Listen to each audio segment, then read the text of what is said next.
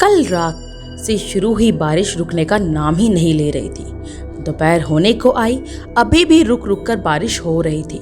ठंड अपने पूरे जोर पर थी और बारिश ने तो उसे और भी ज्यादा सर्द बना दिया था। वीना जी सुबह से बारिश बंद होने का इंतजार कर रही थी। आज उन्हें अपनी बेटी के बेटे कबीर के बर्थडे में जाना था। उसकी पसंद के गिफ्ट, चॉकलेट्स सब उन्होंने मंगवा कर रख लिए थे। अब बस मौसम के ठीक होने का इंतजार था। वीना जी को तसल्ली थी कि उनकी दोनों बेटियां रवीना और सबीना ज्यादा दूर नहीं रहती थी, इसलिए हर तीज त्योहार, जन्मदिन या किसी के शादी ब्याह जैसे मौक़ों पर मिलना जुलना होता रहता था। आज भी सबीना उनके साथ ही जाने वाली थी। वह दोनों बेटियों के लिए बनाए हुए तिल के लड्डू, गुड़ पाक, गाजर का हलवा डिब्बों में पैक कर रही थी कि बेटे नितिन ने आकर बताया, मम्मा शहर में जगह जगह बहुत ज्यादा पानी भरा है। बड़ी मुश्किल से मैं ऑफिस से घर तक पहुंचा हूँ। दीदी का नया घर तो वैसे भी बहुत ज्यादा दूर है, अक्सर जाम लगा रहता है। रात में वापस लौटना बहुत मुश्किल हो जाएगा और कल सुबह मेरी एक जरूरी मीटिंग भी है। आप दीदी को मना कर दो कि हम लोग नहीं आ पाएंगे। उनको सोच में पड़ा देख नितिन बोला, मम्मा दीदी कोई बच्ची थोड़ी है, समझ जाएंगी। मौसम कितना खराब है, अभी कुछ ही दिनों पहले ही तो आप बुखार से उठी हैं और फिर संडे को अपने नए शोरूम के उद्घाटन पर सब लोग आ रहे हैं ना, तब यह सब सामान आप उन दोनों को दे देना। जब उन्होंने रवीना को अपने ना आने के बारे में बताया तो जैसा कि उन्हें डर था, रवीना ने उनकी बात पूरी सुनी बिना ही गुस्से में फोन काट दिया। उन्हें बहुत बुरा लगा। बच्चे आजकल माँ बाप की मजबूरी भी नहीं समझते हैं। वह नितिन को चाय देकर अपने कमरे में आकर लेट गई। सामने की दीवार पर बच्चों की अपने पापा के संग हंसती हुई फोटो को देखकर वह अतीत की यादों में खो गई। रवीना शुरू से ही अपने पापा की लाडली थी, अपनी हर बात मनवा कर ही मानती थी। उससे 2 साल छोटी सबीना शुरू से शांत और समझदार बच्ची थी। कभी जिद करती भी थी तो समझाने पर मान जाती थी। बेटे नितिन को जब भी मार्केट जाओ हर बार एक नया खिलौना चाहिए होता था और थोड़ी ही देर में उसके हर पुर्जे को खोल कर बैठ जाता था।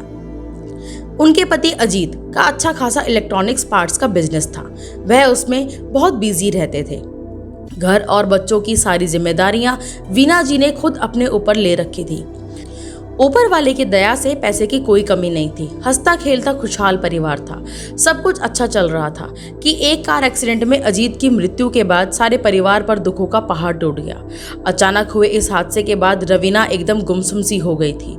वह इस सच को स्वीकार नहीं कर पा रही थी कि उसके पापा अब इस दुनिया में नहीं हैं। अजीत के जाने के बाद उनकी भी दुनिया उजड़ गई थी, पर वह अपने बच्चों को टूटते हुए नहीं देखना चाहती थी। इसलिए अपने दुख को सीने में दफन कर हिम्मत से काम लेते हुए उन्होंने धीरे धीरे बिजनेस को सीखना शुरू किया। बहुत मुश्किलें उठाई, पर बच्चों की परवरिश में कोई कमी नहीं आने दी। अपने सुख की परवाह ना कर बच्चों की हर ख्वाहिश पूरी की और उन्हें कभी अपने पापा की कमी महसूस नहीं होने दी। अब लगता है कि शायद हर जिद पूरी होने की वजह से रवीना थोड़ी जिद्दी हो गई है। पढ़ाई पूरी करने के बाद दोनों बेटियों की अच्छे घर में शादी हो गई। दोनों अपने परिवार में अपने बच्चों के साथ खुश हैं। बेटे नितिन ने पढ़ाई करने के बाद बिजनेस को संभालना शुरू कर दिया है, तो अब वह थोड़ा निश्चिंत हो गई है। अब बस एक अच्छी लड़की मिल जाए तो नितिन का भी घर बस जाए। उन्होंने एक बार फिर रवीना को फोन लगाया तो उनके दामाद साहिल ने फोन उठाया। आपको तो पता है मम्मा, आपकी बेटी कितनी जिद्दी है। अभी उसका मूड खराब है, बाद में आपकी बात करवा दूंगा। आप कबीर से बात कर लो। कबीर की प्यारी प्यारी बातों से उनका मन खुश हो गया। नितिन बहुत दिनों से एक नया शोरूम खोलना चाहता था। आखिर उसकी मेहनत रंग लाई। कल उसके नए शोरूम का उद्घाटन होने वाला है। एक छोटी सी पूजा भी रखवाई है। कुछ करीबी रिश्तेदार आ रहे हैं। सबीना शाम को अपने बच्चों के साथ आने वाली है। रवीना ने आने से मना कर दिया कि बच्चों के टेस्ट चल रहे हैं, वह नहीं आ पाएगी। नितिन उनके पास आकर बोला, मम्मी आप जीजू को फोन करके बोलो ना, थोड़ी देर के लिए आ जाएं, संडे को तो बच्चों की छुट्टी होती है। नितिन को तो उन्होंने बातें बनाकर समझा दिया कि आजकल छोटे छोटे बच्चों पर भी पढ़ाई का बहुत ज़्यादा दबाव होता है। हो सकता है सोमवार को कोई ज़रूरी टेस्ट हो, पर वह जानती थी कि उनकी जिद्दी बेटी उस दिन बर्थडे में न जाने का बदला ले रही है। सोचकर दुख भी हो रहा था कि भाई के लिए इतना बड़ा दिन है और बहन इतने पास रहकर भी मौजूद ना हो। सुबह उठकर सभी शोरूम के उद्घाटन पर जाने के लिए तैयार हो रहे थे कि तभी रवीना और साहिल अपने दोनों बच्चों कबीर और कायना के साथ आ गए। रवीना उनके गले लगकर बोली, सॉरी मम्मा, मुझे माफ़ कर देना, मैंने आपका बहुत दिल दुखाया है। थोड़ा रुककर वह बोली, कल सुबह कायना बोलकर गई थी कि मुझे लंच में पूरी छोले खाने हैं। मैं बनाने जा रही थी कि गरम तेल गिरने से मेरा हाथ जल गया। बहुत दर्द हो रहा था, मैं कुछ भी नहीं बना पाई। तब तक यह दोनों ही स्कूल से आ गए। मैंने जल्दी जल्दी में इनके लिए वेज पुलाव बना दिया। मैं सोच रही थी कि कायना नाराज़ हो जाएगी कि उसकी पसंद का खाना क्यों नहीं बना।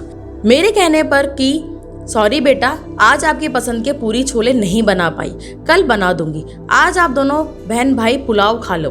कायना मेरे हाथ पर क्रीम लगाते हुए बोली, मम्मा आप रोज़ हमारी पसंद का खाना बनाती हो, आज नहीं बना पाई क्योंकि आपके हाथ में बहुत दर्द हो रहा है। मुझे पता है आप हम दोनों को कितना प्यार करती हैं, जैसे नानी माँ आपको करती हैं। तब मुझे अपनी गलती का एहसास हुआ कि 10 साल की छोटी बच्ची यह बात समझ सकती है और मैं इतनी बड़ी होकर यह बात नहीं समझ सकी कि आप हमें कितना प्यार करती हैं। और अगर आप नहीं आ पाई तो ज़रूरी आपकी कोई मजबूरी रही होगी। आपने हमारे लिए कितना कुछ किया है कि हमें आपकी आदत सी पड़ गई है। हमने कभी यह नहीं सोचा कि आपकी अपनी भी ज़िंदगी है जिसे अपने मुताबिक जीने का आपको भी हक है। अब बस करो, क्या मुझे रुलाकर ही मानोगी? जल्दी से गाड़ी में बैठो, उद्घाटन का टाइम हो रहा है। हम क्या मेहमानों के बाद पहुंचेंगे? वीना जी ने अपनी दोनों बेटियों को गले लगाते हुए कहा। तो दोस्तों, आपको मेरी कहानी कैसी लगी कृपया कमेंट करके ज़रूर बताएं। आपकी राय मेरे लिए बहुत मायने रखती है। फिर मिलेंगे नई कहानी के साथ, तब तक के लिए राधे राधे।